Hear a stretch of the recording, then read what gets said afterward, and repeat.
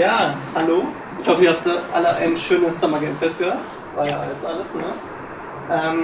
Ich spreche heute über Dreams, über Four Seasons, mein Spiel, und auch ein bisschen über den Social Media Aspekt, wie man ein Spiel vermarkten kann, wie man Millionen erreicht, wenn man Glück hat. Und ja, der Teil, wir fangen mal an, wer ich bin. Ich bin Colin Blut oder auch Elka. Ich weiß nicht, ob mich ein paar kennen von YouTube vielleicht. Bin 27 Jahre alt und ich habe Kunstgeschichte und Filmwissenschaft studiert und nebenbei war ich auch kurz im Marketing.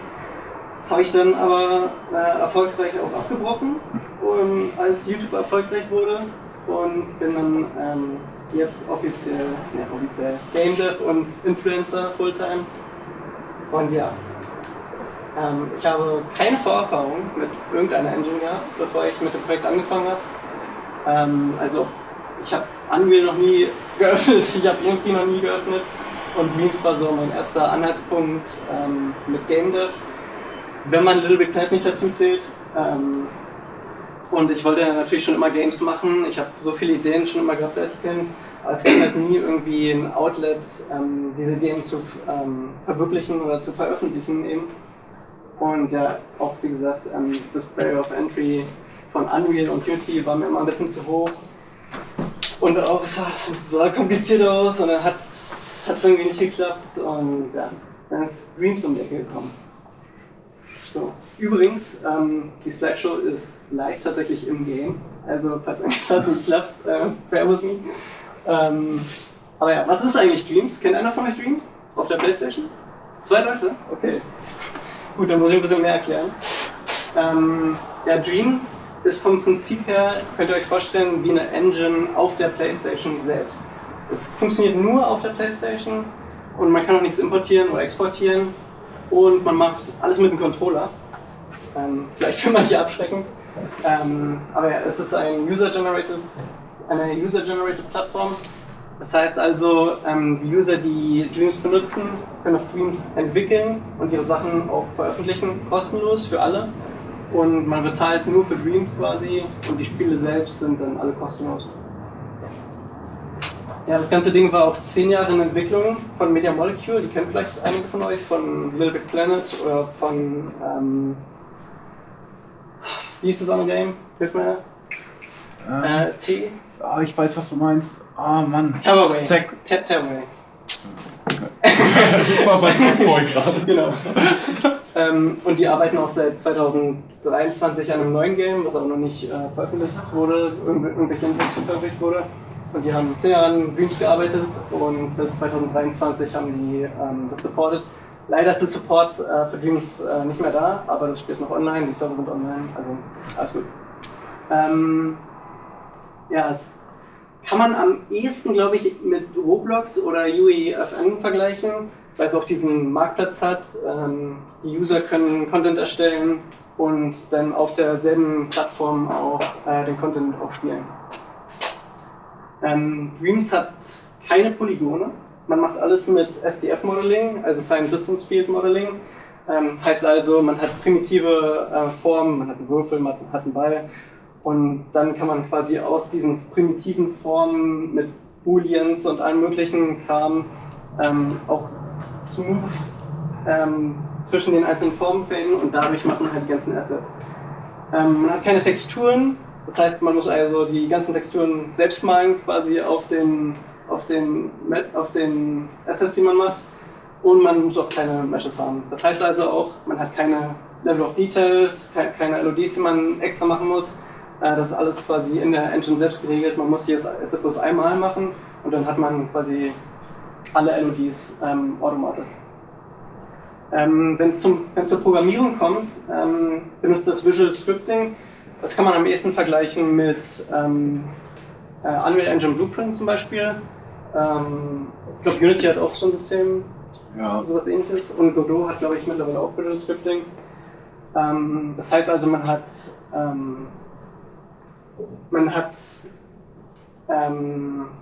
wie sagt man verbindet alles mit Kabeln quasi. Man schreibt keinen Code, sondern man hat Blöcke, die man zusammensetzen kann, und Generatoren und Emitter, und je nachdem, was man als Output hat, kann man quasi die Inputs quasi in die Output stecken. Und das Coole bei Dreams ist auch, man kann jeden Input in jeden Output stecken. Das heißt also auch, wenn man zum Beispiel einen Music-Track hat, den man übrigens auch in Dreams machen kann man die einzelnen Noten zum Beispiel in eine Mitte stecken oder in irgendwelche Animationen und das funktioniert einfach. Also selbst wenn man keine Ahnung hat von Gameplay, kann man einfach rumprobieren und irgendwas kommt immer bei rum. Ja, und das ist extrem gut für Prototypen, für Leveldesign, weil es halt so schnell ist. Dadurch, dass man den Controller als Input hat, hat man halt auch 6 Degrees of Freedom. Man kann auch, ich weiß nicht, ob ihr das kennt, von der PS3-Zeiten, die Move-Controller, die man so hin und her wackeln könnte, die kann man auch in Dreams benutzen und dann kann man quasi im Level selbst die Assets einfach dahin setzen, wo man die haben will. Man muss nicht irgendwie rumwiggeln, um ein Asset dahin zu kriegen, wo man es haben will, sondern man sagt einfach, okay, dahin und dann ist es da. Ja, wie gesagt, man kann nichts importieren oder exportieren, alles bleibt in Dreams.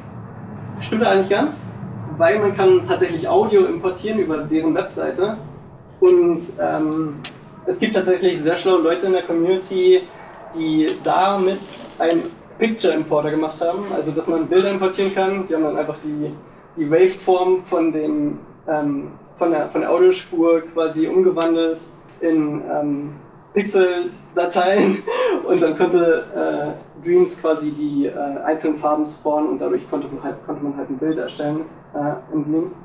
Also Bilder kann man theoretisch auch importieren, machen aber nicht viele. Ja, das Ganze hat auch PSVR 1 Support, das heißt, man kann es auch in VR angucken und das funktioniert auch out of the box, das heißt, wenn ihr ein Level macht und dann ihr eure VR-Brille aufsetzt, könnt ihr direkt in eurer Welt rumspringen. Habe ich auch schon gemacht in Four Seasons und das ist total cool, wenn man in der Welt, die man Stunden und Stunden lang gebaut hat, einfach reingehen kann und sich dann umgucken kann. Ja, der Katalog von Community Assets ist crazy groß, also über 1 Million Assets wurden schon in der Community erstellt und hunderttausende Kreationen, die man spielen kann, erleben kann. Und da sind auch nicht nur Spiele dabei, da sind ganze Filme dabei, da sind Kurzfilme dabei, Museen haben Leute gemacht und das ist halt das Coole, man muss halt nichts dafür bezahlen, dass man Sachen veröffentlicht. Das heißt, Leute machen Kunst, machen Skulpturen und können das in ihr eigenes Museum stellen und Leute können sich das einfach angucken. Und ja, das ist ja total cool, sich da umzugucken, was die Leute so alles kreieren. Ja, man bleibt immer im Flow. Wie gesagt, es ist so schnell, wie man arbeiten kann, dass man immer im Flow bleibt. Man muss nichts nachgucken, man muss nicht irgendwelche Buttons suchen, sondern man macht es einfach. Und das finde ich ist dieser riesen Vorteil von Dreams gegenüber traditionellen Engines. Man kann einfach seiner Kreativ freien Lauf lassen, wirklich. Ja, es gibt einen ganzen eigenen Musikeditor, einen DAW, das kann man fast schon vergleichen mit Fruity Loops oder was man so kennt. Ja, das habe ich schon erzählt. Und alle Level, das ist eigentlich so krass, laufen im RAM und das ist der PS4-RAM, nicht der PS5-RAM, worauf das auch gerade läuft.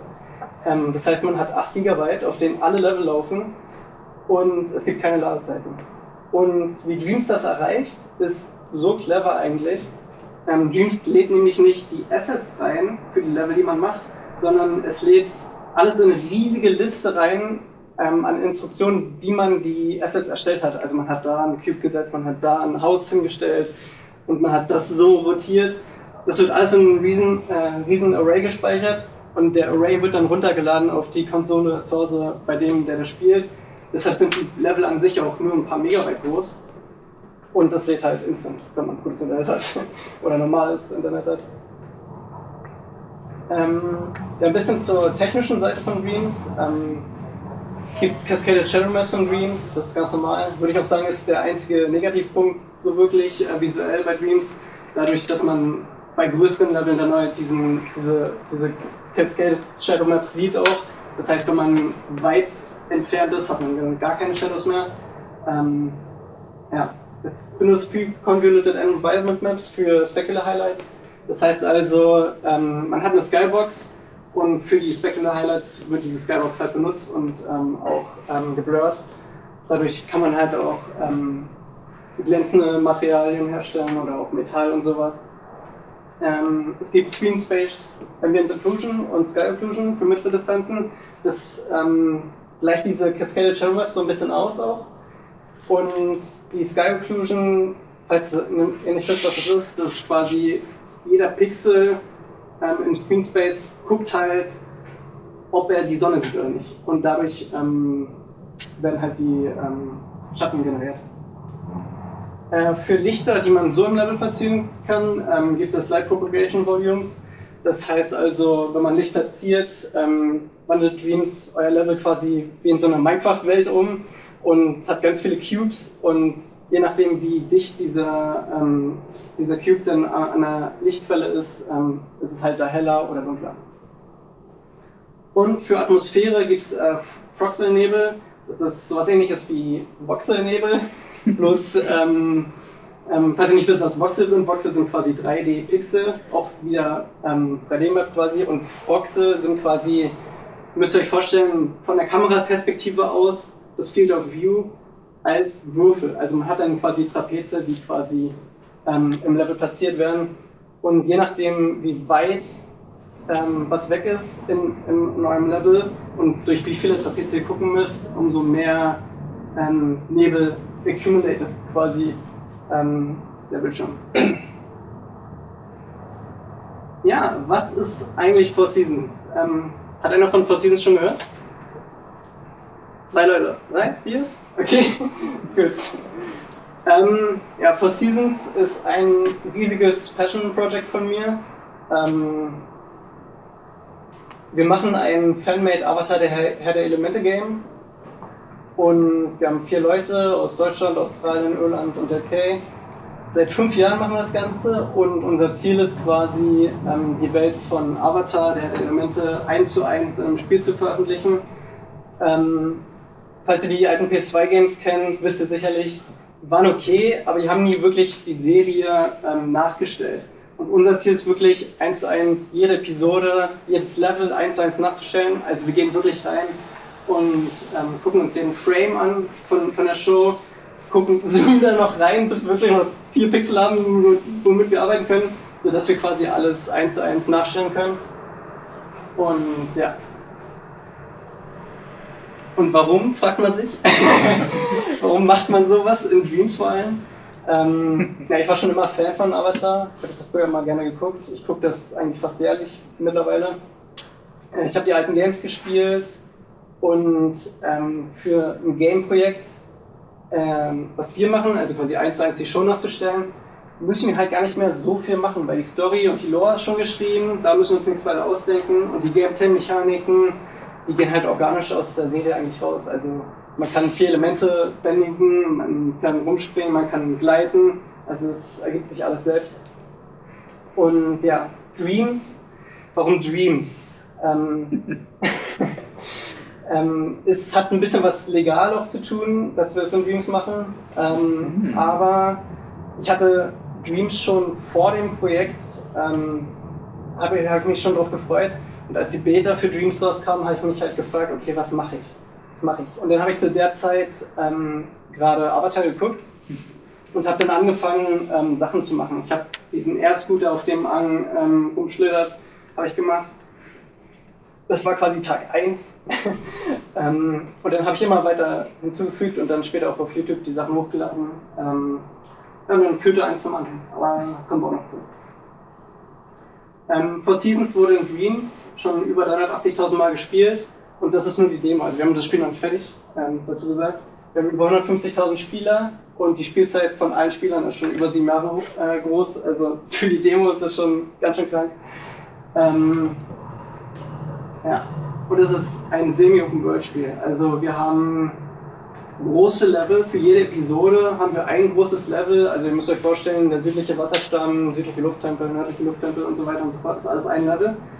Und man kann dann quasi zu Upper gehen und über unsere 3D-Worldmap quasi mit Upper zu den anderen Leveln fliegen.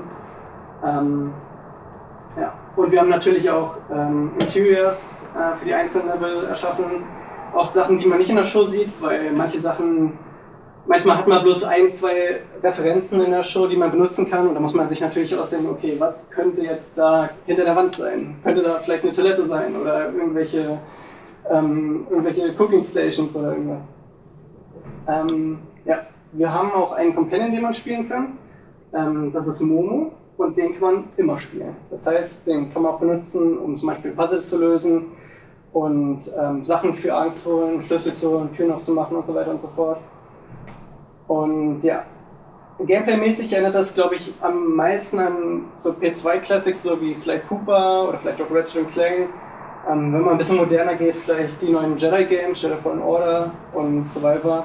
Weil wir haben auch so ein bisschen, Combat-mäßig wollen wir so ein bisschen in dieses Souls-like gehen, dass es nicht so einfach ist, aber auch nicht so schwer, dass man gucken muss, okay, welche Elemente benutzt man gegen welche Gegner.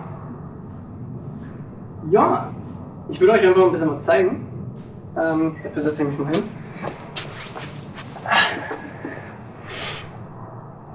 Und wir können mal.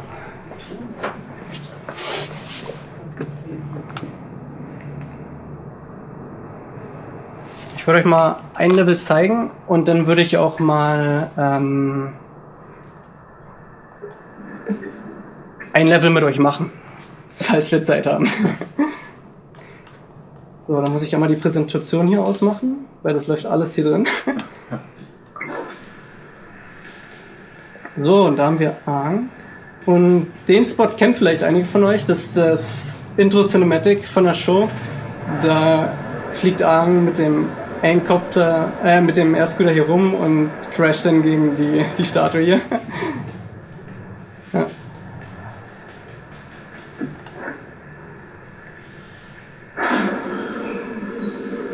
Und das ist jetzt der südliche Lufttempel. Wir haben zwei Versionen vom südlichen Lufttempel gemacht. Einmal die Version, wo Aang quasi noch in der Ausbildung ist. Und einen, wenn er zurückkommt mit Katara und Sokka. Und das ist quasi die Version, als er noch in der Ausbildung ist. Da ist noch alles grün, alles schick, nichts zerstört. Und die Version, die haben wir quasi, das ist einer der wenigen Level, die wir fast alleine mit nur ganz wenigen Shots aus der Show erstellt haben. Da gibt es einen Shot hier, wo er den anderen Luftbändigern den Airscooter beibringen will. Dann gibt es noch einen Shot hier oben. Man kann auch in den Tempel reingehen, ist vielleicht ein bisschen dunkel hier. Aber hier ist zum Beispiel Aangs Zimmer, ganz simpel gemacht, mit ein paar Show. Ist ja übrigens auch ein Minigame in unserem Game. Und vielleicht ein Spot, den auch noch viele kennen, wenn ihr die Show gesehen habt, ist hier oben. Da backt zum Beispiel Aang mit Gyatso die Kuchen und schmeißt die dann runter zu den anderen Monks. Ja. Und hier hinten ist die große Tür, die dann aufgemacht wird zu dem Statuenraum. Habe ich auch gemacht, habe ich aber leider nicht mitgebracht heute. Soll noch spannend bleiben, falls das Spiel rauskommt. Ne? Ja, den Spot kennen wahrscheinlich auch noch einige von euch hier. Das ist, wo Aang aussuchen muss, welches Spielzeug er benutzt. Damit die feststellen können, ob er der Avatar ist oder nicht. Und da sitzen hier auch die Monks dann. Übrigens, Fun Fact, das ist der gleiche Spot, wo Monk Gyatso auch stirbt. Hier hinten an der Wand. Ja, ich weiß nicht, ob es ein Fun Fact ist.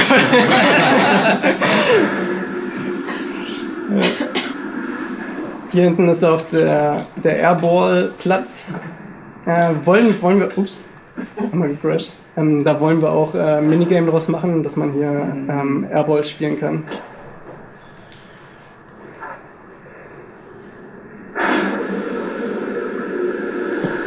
Ja, und wir mussten uns natürlich auch einige Sachen ausdenken. Ein paar Sachen sind nur so ganz leicht angedeutet in manchen Screenshots aus der Show. Wir haben zum Beispiel in der Show sieht man hier Löcher in diesem großen Turm, wo die drauf landen. Und da haben wir quasi einfach nur so kleine Stellen gemacht, wo die Sky Bisons dann schlafen können. Und ja, die müssen wir auch noch hinzufügen. Ne? Mal gucken, ob Momo mitkommt.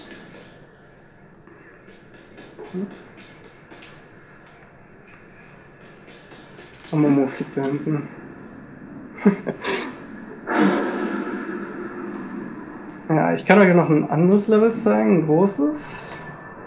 Der nördliche Wasserstamm zum Beispiel.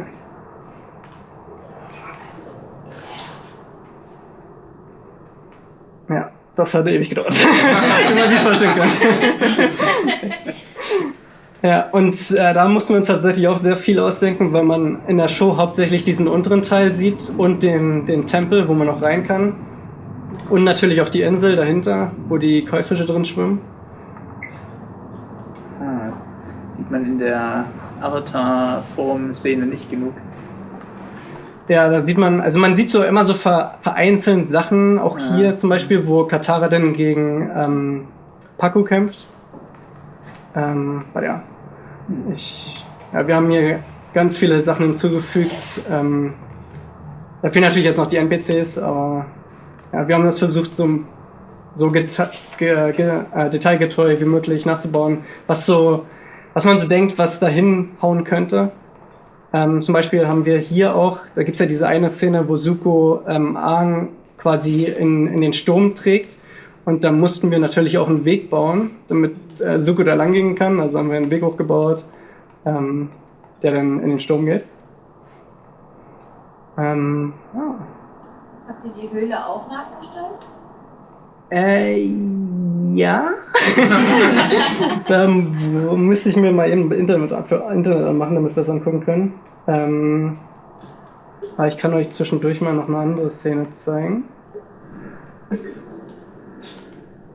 Das ist zum Beispiel, wo, ich geh mal hier rein, das müssen wir nicht, wo Aang und Katara und Sokka zu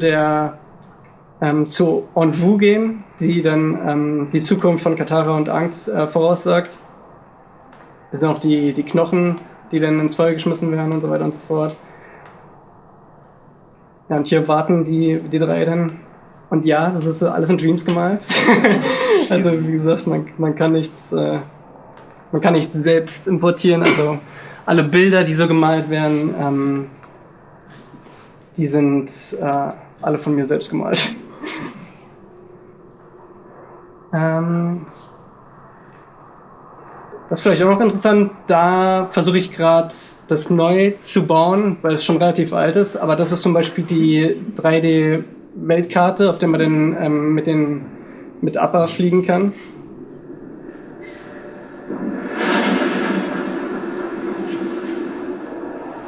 Ja, und dann haben wir halt quasi, wenn das Spiel rauskommt, haben wir dann zum Beispiel bei dem Lufttempel haben wir dann so Wegpunkte, wo man hinfliegen kann. Und kann man dann auswählen. Und für den Soundtrack haben wir auch einen engagiert gehabt, der hat schon 5 Alben fertig gemacht. Und das ist alles Original-Soundtrack, also das ist nicht von der Serie, sondern der hat quasi das reimagined als unseren eigenen Soundtrack. Aber man hört halt trotzdem die Sachen raus aus der Serie. Aber wie modellierst du jetzt zum Beispiel den Charakter? Das muss man zeigen, das ist wirklich so crazy. Ich Ich habe das vor 2 Jahren schon mal gesehen. Das geht nicht in meinen Kopf rein. Mit einem PS5-Controller. Das sieht so gut aus. Ja, also Primitives oder wie? Genau, es sind alles Primitives. Also wenn man jetzt hier reingeht, sieht man hat hier quasi einen Ball und dann werden die alle zusammen gesmoothed landet. Und also ja, man könnte doch eine größere Nase geben. Ja, und man kann auch man kann das so ein bisschen fälliger machen, wenn man will. Ja. Und die Augen sind auch animiert und alles. Wie funktioniert das mit der Animation? Die Animation. Wir haben auch ein paar Customizables gemacht für Arbeit. Genau, wir können mal in eine Animation hier reingehen. Ich war ja schon ewig nicht mehr drin, also bear with me. Ich glaube, das ist ganz cool. Man hat quasi so Timelines. Wir haben jetzt zum Beispiel für die Finger haben wir bloß zwei Keyframes und die Keyframes ändern quasi, wie die ausgerichtet sind. Und um das ein bisschen einfacher zu steuern und in anderen Animationen zu verwenden, haben wir quasi hier so einen Slider, damit man das einfacher bewegen kann. Und du machst es zu Hause von einem riesigen Bildschirm wahrscheinlich, oder? Auf dem Fernseher. Ja. Also nicht in VR oder sowas? Nee, also VR habe ich ganz selten benutzt, weil man kann halt nicht ewig in VR bleiben. Ja. Aber ja.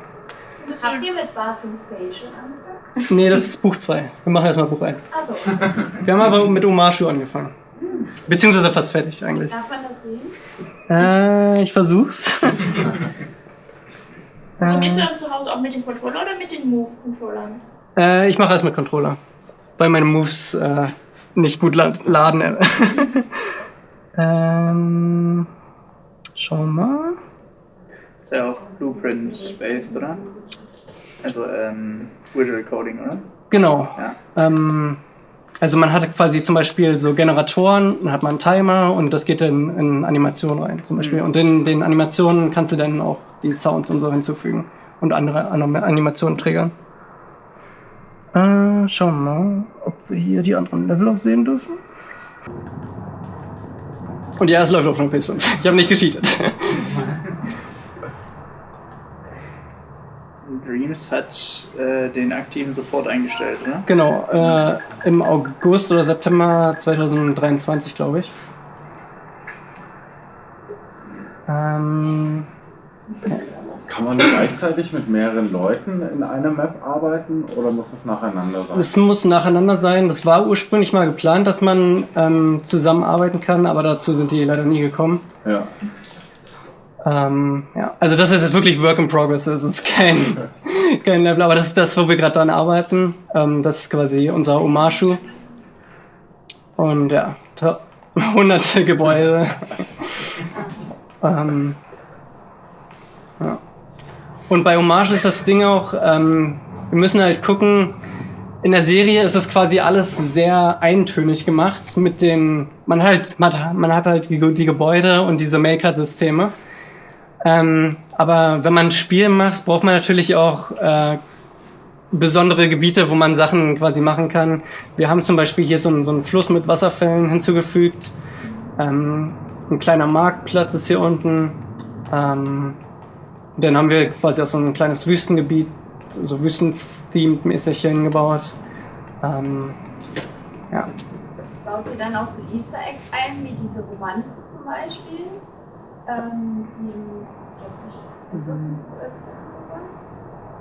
Meinst du den Secret Tunnel? Ja, auch. Also der Secret Tunnel wird ja safe noch kommen, Ja. aber die haben ja da auch in der Story so Hinweise gegeben zu Omashu, wo die sich dann so auf irgendeine Brücke getroffen haben. Ach so, ja. Also wenn die Level nicht zu groß sind, fügen wir es hinzu. Aber so alles, was so in der Avatar-Lore quasi erwähnt wird, fügen wir hinzu. Also man kann Pai Sho spielen und es ist auch ganz oft, wenn ich streame zum Beispiel, wenn einer fragt, kann man das und das und das machen, ist die Antwort immer ja. Weil wir wollen das halt 1:1 nachbauen. Und wie sieht das dann aus? Also im ersten Buch spielt man hauptsächlich Ahn. Genau. Kann man zwischen den Charakteren switchen, weil zum Beispiel manchmal gibt es ja auch nur im nördlichen, beim Nordpol gibt es ja auch die Story von Sokka und der Prinzessin. Switcht man dann zu Sokka oder in welcher Perspektive wird es dann stattfinden? Also unser Game ist hauptsächlich Aang. Als Stretch Goal, sag ich mal, haben wir auch, dass man Zuko spielen kann, weil der halt in Buch 1 viele Episoden noch hat. Wir haben zum Beispiel auch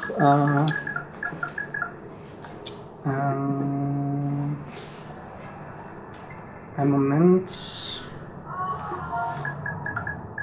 Ich wüsste, wie es heißt. Genau. Ich glaube, das war. Ja, hier. Wir haben zum Beispiel auch das Schiff von Zuko komplett nachgebaut.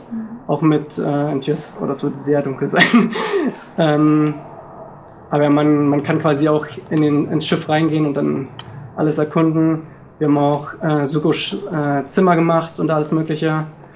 Switcht das dann automatisch wie bei einem Story-Spiel oder ist das so geplant, dass man von Anfang an die Story von der Person spielt? Also unser Spiel ist so aufgebaut, dass man quasi die Story nachspielt, aber man kann immer wieder zurückgehen zu den alten Leveln. Also wenn man zum Beispiel auch Wasserbending gelernt hat, kann man zurückgehen in den südlichen Wasserstamm und da auch bestimmte Sachen öffnen dann mit Wasserbending.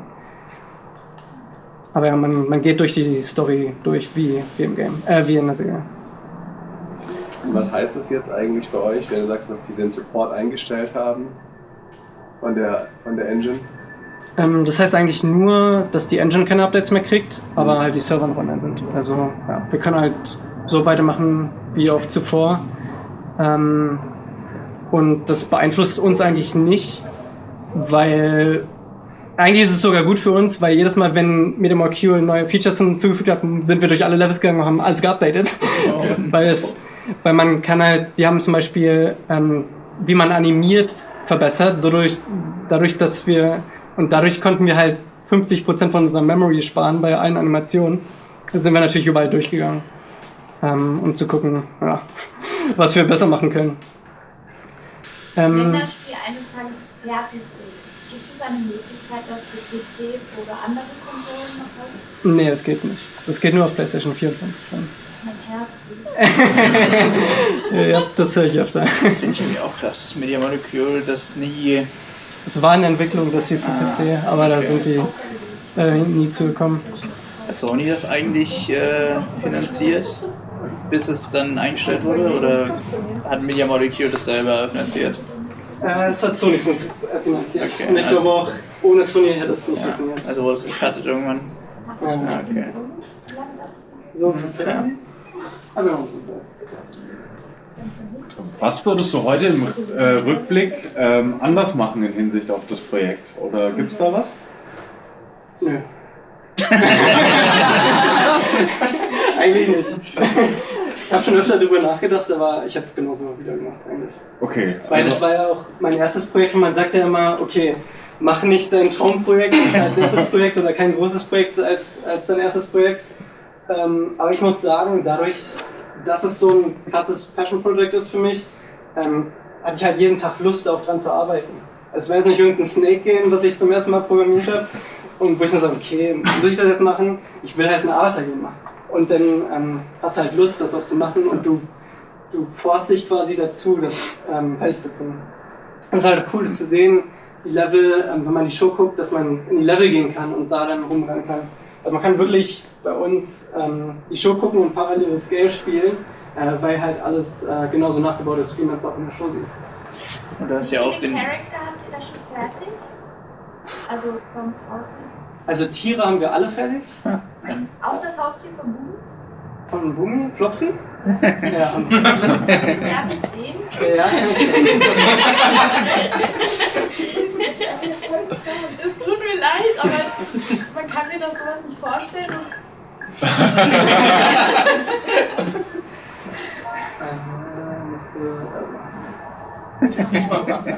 Du packst bestimmt gleich deine Socials nochmal rein, oder? Habe ich jetzt nicht auf der Folie, aber ihr findet mich überall unter AKGame. Ja, das ist Flopsy und auch der kleine Hase natürlich auch. Da ist doch auch QR-Code drauf, da ist noch bestimmt alles verlinkt. Genau, das ist mein YouTube-Kanal. Da ist ein altes Video. Also da haben wir schon mittlerweile ein bisschen mehr gemacht. Okay, aber ich bin noch nicht ganz fertig mit dem Talk. Ich will noch ein bisschen auf den Social Media Aspekt eingehen. Wir können am Ende noch gucken, falls ihr noch Fragen habt oder irgendwas sehen wollt. Aber ich denke mal, der Aspekt ist für viele interessant, die auch außerhalb von Dreams arbeiten und auch ihr eigenes Game machen. Gerade dadurch, dass der Aspekt halt dadurch geführt hat, dass ich das auch Fulltime machen kann. Ja, also wie ist das Ganze zustande gekommen? Ich hatte halt meine Devlogs geuploadet. Für jeden Tag, den ich am Spiel gearbeitet habe, habe ich quasi Devlogs auf YouTube hochgeladen. Am Anfang ein paar hundert Aufrufe. Und ich habe aber wirklich jeden Tag hochgeladen. Ich war konsistent und habe jeden Fortschritt immer hochgeladen. Egal, ob es jetzt Aufrufe bekommen hat oder nicht. Und irgendwann hat halt der Algorithmus das aufgegriffen. Und dadurch, dass Avatar halt so eine große IP ist, sind halt immer mehr Leute drauf gestoßen. Und das war dann nachher auch so ein bisschen so ein Selbstläufer, dass die Devlogs mehr Aufrufe bekommen haben. Und dadurch konnte ich halt auch das dann irgendwann Fullzeit machen. Fulltime. Ja, und natürlich bekommt man ganz viele Kommentare, weil die Arbeiter-Community ist halt krass. Und dadurch kann man auch viel Community-Feedback mit einbinden und Sachen, die man vielleicht vergessen hat oder wo man gar nicht so dran denkt, kann man dann auch mit einbeziehen. Zum Beispiel bei Show hätte ich jetzt niemals als Minigame gemacht, aber irgendeiner aus der Community hat ein Show-Game einfach schon gemacht in Dreams und hat dann gesagt, okay, du kannst es nehmen und wir müssen das halt bloß visuell an unserem Spiel anpassen und ja, das war dann halt auch selbststeuerbar. Man muss natürlich auch dabei beachten, wenn man so ganz viel Community-Feedback bekommt, dass man seine eigene Vision nicht vergisst, dass man die Vision im Auge behält, weil oft hat man halt auch Sachen dabei, okay, macht es als RPG oder als Multiplayer-Game, aber das ist halt nicht die Vision vom Spiel. Wir machen halt ein Singleplayer-Game, was die Serien abspielt und das ist halt nicht unser Game. Also, ja, das können wir nicht machen. Und dadurch, dass ich das halt auch streame, kann man dann halt auch Live-Feedback bekommen. Ja, auf ein paar Statistiken zu dem Social Media auf YouTube. Über 37 Millionen Aufrufe, 185 Jahre Watchtime. Auf Instagram über 30 Millionen Aufrufe, aber da komme ich auch gleich nochmal zu. Instagram eigentlich ganz wichtig. YouTube habe ich schon erwähnt. Ich hab am Anfang noch ein bisschen was kommentiert gehabt, aber später habe ich einfach nur noch Zeitraffer-Videos hochgeladen. Die sind dann aber auch gut gelaufen, sogar besser als die kommentierten, weil es halt sprachunabhängig ist. Ich glaube, ich habe am Anfang sogar auf Deutsch angefangen, dann hat irgendwann Englisch kommentiert und wie gesagt dann nur noch Zeitraffer. Und alle 100 Tage an Devlogs habe ich quasi eine Zusammenfassung gemacht von 0 bis 100 Tage. Und man kennt halt diese Videos auf YouTube, 0 bis 100 Tage Devlog, bla. Und genau das habe ich gemacht und die Videos, die sind richtig gut angekommen. Also wenn ihr Devlogs macht, macht auf jeden Fall so eine Zusammenfassung, wo ihr 1-2 Sekunden von jedem Tag zeigt und dann quasi den Fortschritt sieht. Jeder Kommentar ist eigentlich, oh krass, wie das angefangen hat und wie es jetzt ist. Und wir haben, ich weiß gar nicht, wie viele Tage wir jetzt sind, aber ich habe jetzt von 0 bis 100, 100 bis 200 und so weiter und so fort. Und jedes Video davon hat über 1 Million Aufrufe, manche 3 Millionen Aufrufe gehabt. Also sehr empfehlenswert, sowas zu machen, falls ihr Devlogs auf YouTube macht. Und Twitch gehört natürlich auch dazu. Ich zum Beispiel mache 3-mal die Woche 4 Stunden Streams, aber nur Level-Design. Die Gameplay-Mechaniken, die mache ich außerhalb von Streams, weil ich habe gemerkt, die Leute, die jetzt nicht so im Game Dash drin sind, die interessieren sich eher für das Level-Design, wie man die Level macht, wie die Level aussehen. Die Gameplay-Mechaniken sind dann nicht so interessant. Vor allen Dingen, ihr kennt es, wenn ihr ein Spiel macht, man arbeitet 4-5 Stunden an der Gameplay-Mechanik, dann funktioniert es nicht und dann löscht man es einfach. Und das ist halt ultra frustrierend, wenn einer zuguckt bei Streams. Deshalb mache ich das nicht mehr. Also ich mache jetzt nur noch Level-Design. Merkst du einen Unterschied in der Chat-Qualität, als du noch Gameplay gestreamt hast versus Level-Design? Ja, bei Gameplay-Mechaniken, da sind ganz viele, die gar nicht kommentieren. Also es lurken zwar viele noch, aber bei Level-Design kriegt man halt das Feedback noch zu, wie man was machen könnte. Ganz wichtig bei Twitch ist aber, macht nicht nur Twitch, macht YouTube zuerst. Weil die Twitch-Viewership, die basiert sehr krass auf dem YouTube-Erfolg, den ihr habt.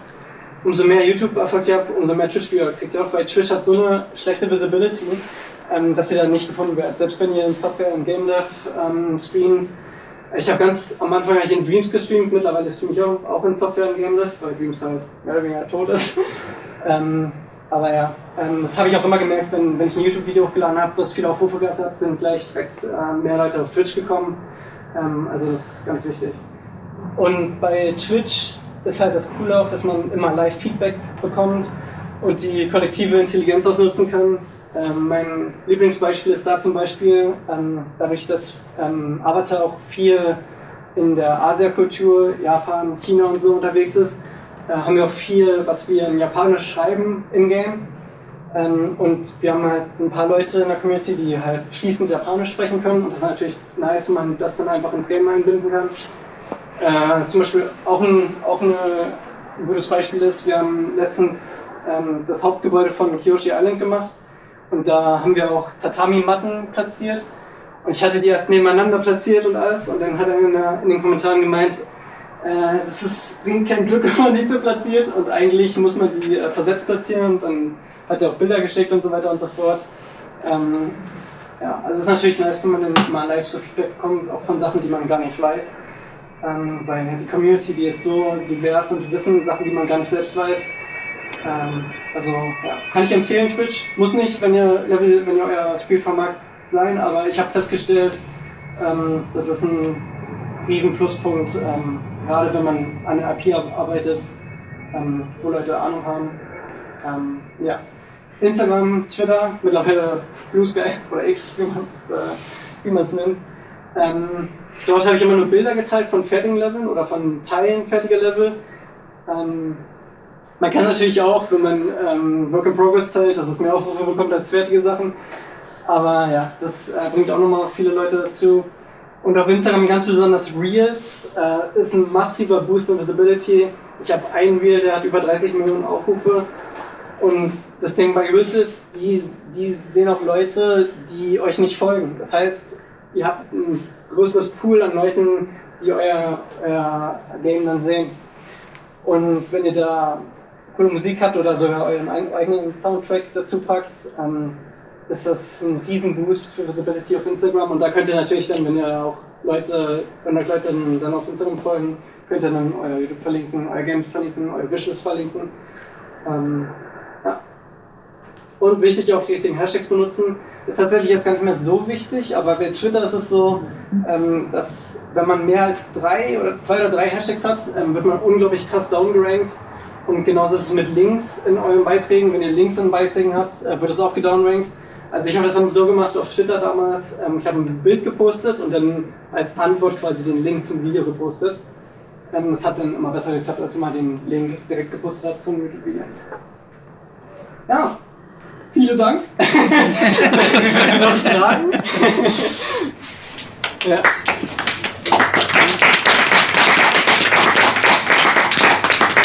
Bezüglich Insta, siehst du tatsächlich einen Mehrwert darin, Bilder und Reels beides fokussiert zu posten? Oder sagst du, geh auf Insta, aber Reels auf Twitter immer mal in Progress-Zeug? Aber weil, ja, ich bin mir sehr unsicher, ob es sich lohnt, actually Bilder zwischen den Reels zu posten.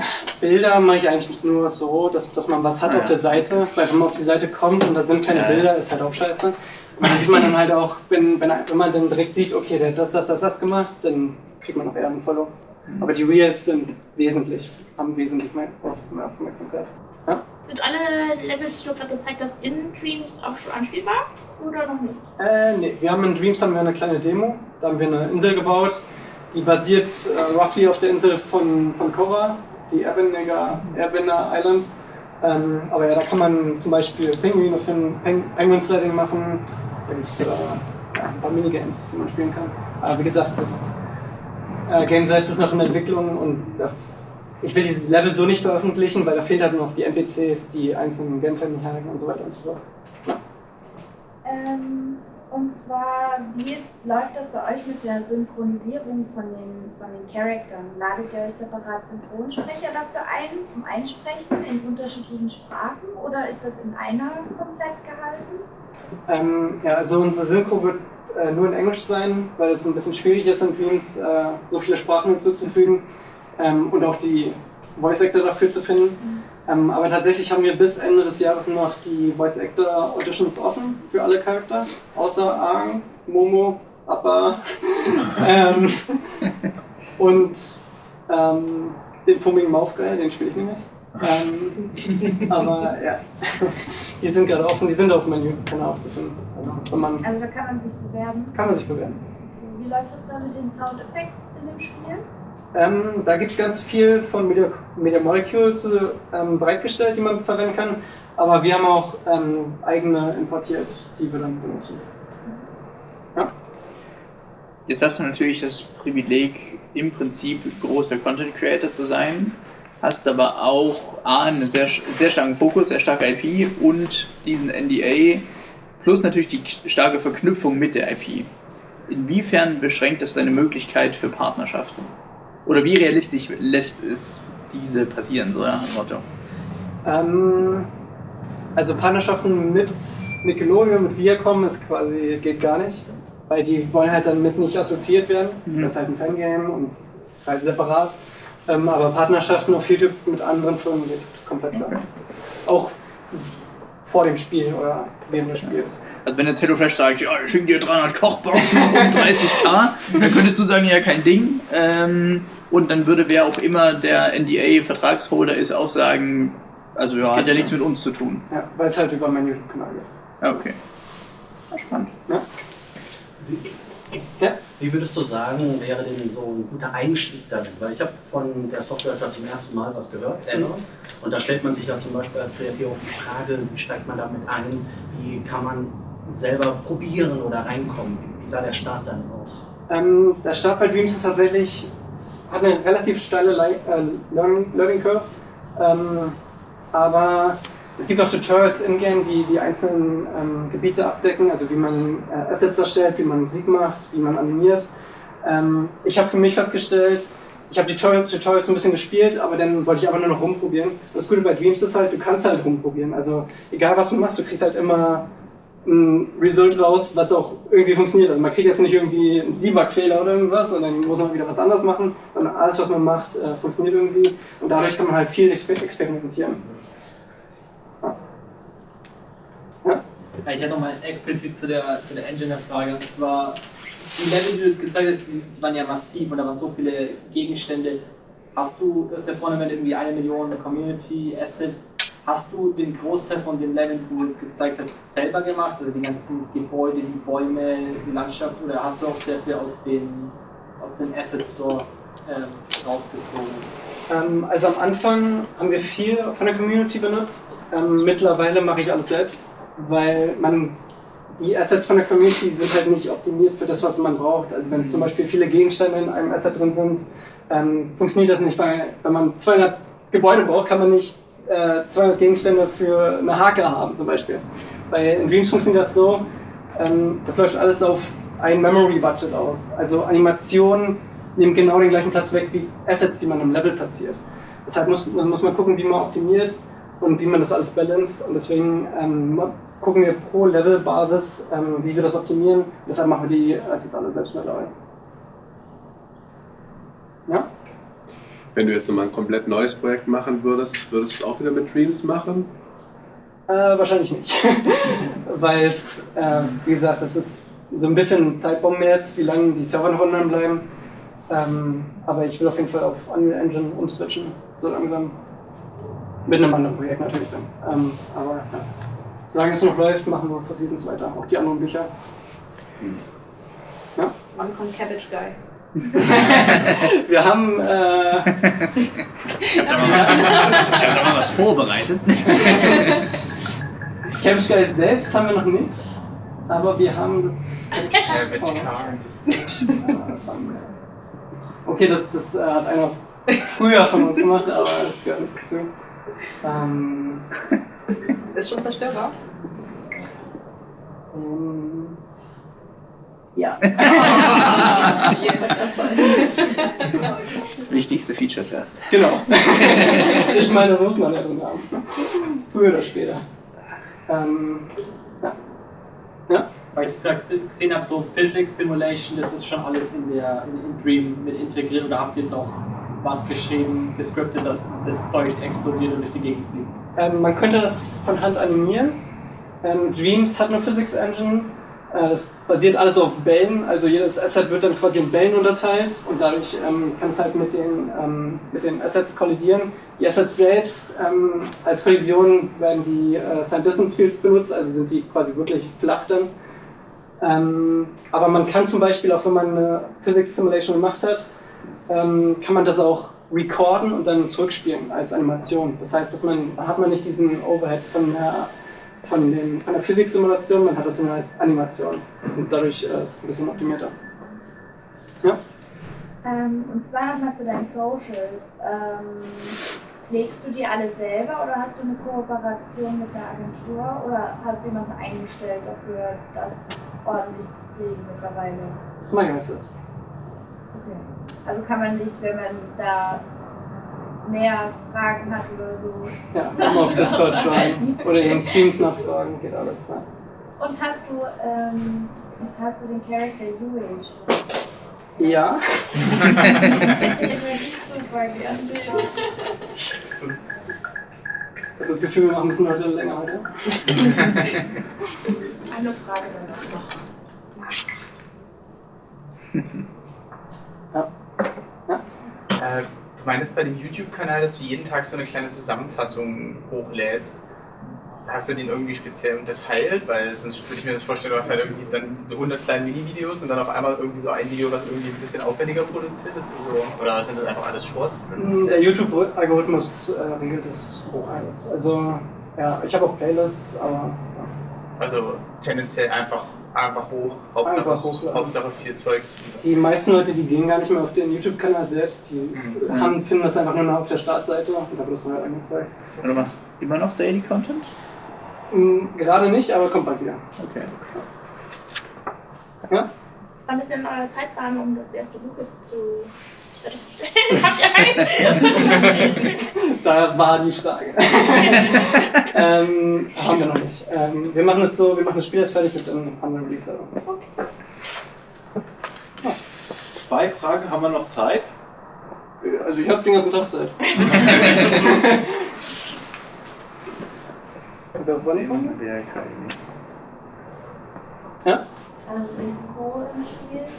Wer? Der Gewichtsdealer-Typ. Ja. Haben wir auch schon das Level gemacht. Ja, schön.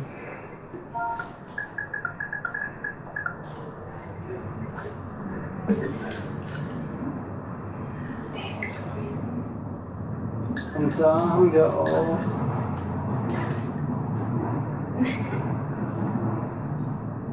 Verschiedene Gesichter.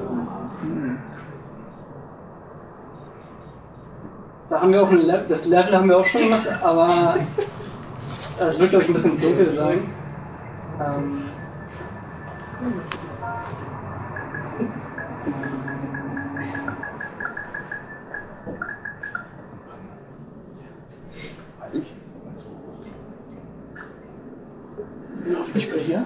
Wir haben es halt bei den Interior-Levels haben wir teilweise 3-4 Level in einem Level, einfach damit es nicht so viel Platz wegnimmt. Auf jeden Fall das Mittagessen, aber müsste. Also, sollte gleich papieren. Gucken, ob ich es finde.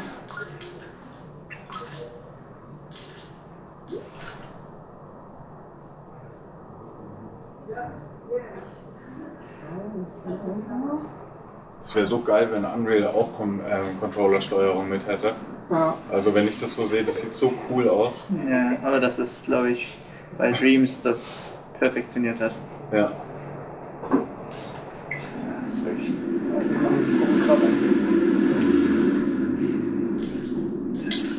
das Licht hier. Ein bisschen dunkel, aber sieht man auf den YouTube-Videos sieht man es besser. Aber ja, wir müssen natürlich für Co, da gibt es ja bloß diese eine Szene, wo er von diesem Stalaktit runterhängt und dann mit Arndt spricht. Wir haben dann noch ein paar Secret-Level eingebaut, dass man hier runtergehen kann und dann noch ein bisschen die Sachen exploren. Wie viel der Controller ist das? 4., 5.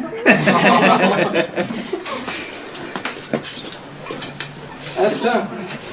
Crazy shit. Vielen Dank. Dann